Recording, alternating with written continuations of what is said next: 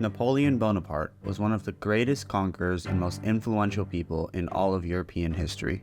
Out of the 60 battles he fought in, he only felt defeat in 7 of them, most of those occurring near the end of his career. Napoleon was known as a tactical genius, able to memorize complete maps, recall specific events in great detail, and remember the names of over 10,000 people.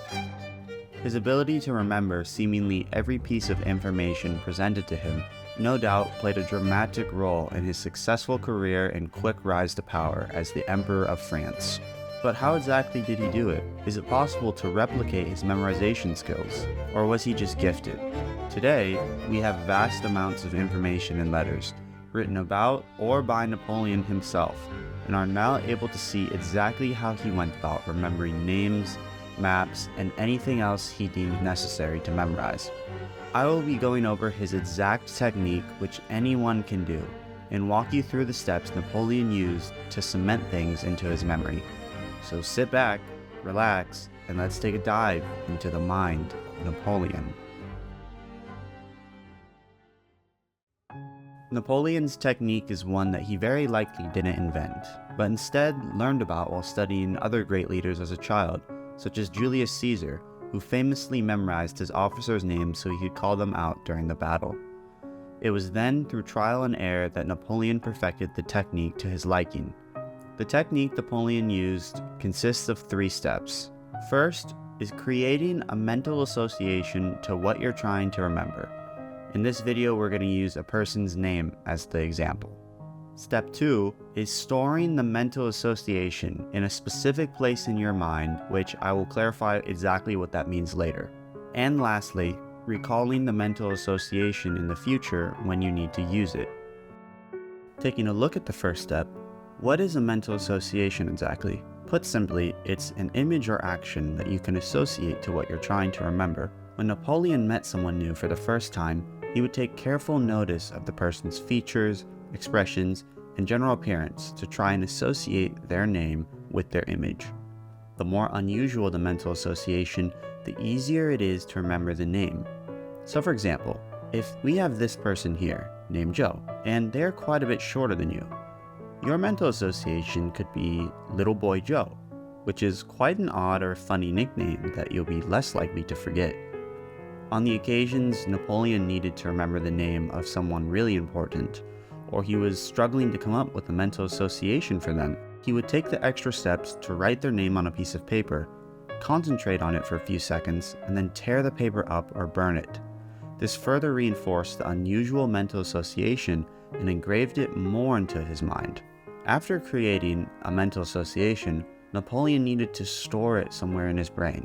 To do this, he thought of something that could literally hold all of his thoughts: an imaginary cupboard. Now bear with me here as I explain this. Each drawer of the imaginary cupboard in Napoleon's brain represented a different subject, like a drawer for maps, another for history, books, and people's names.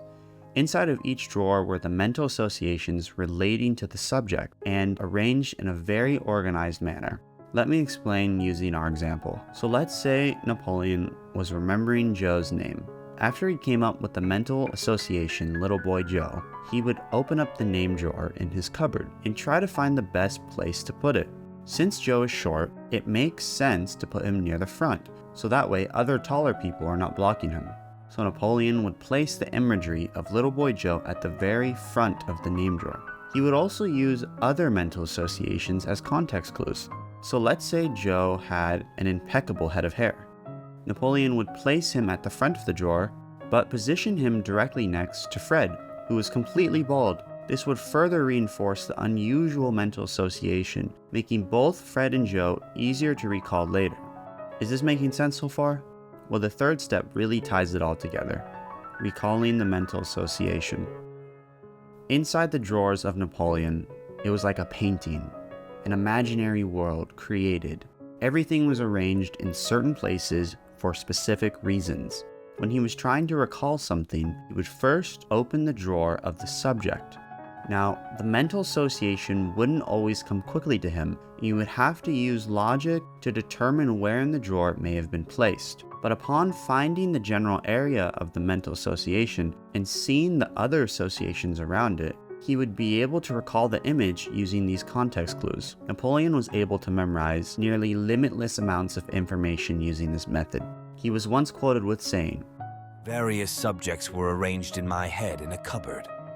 When I want to interrupt one piece of work, I close the drawer in which it is, and I open another. The two pieces of business never get mixed up together, and never trouble or tire me. When I want to go to sleep, I close up all the drawers, and then I am ready to rest." Do you think this played a role in Napoleon's success? Or were his methods for memory a bit excessive? Let us know in the comments below, as well as what ancient ruler you'd like to see next. Consider liking and subscribing, and I'll see you next time.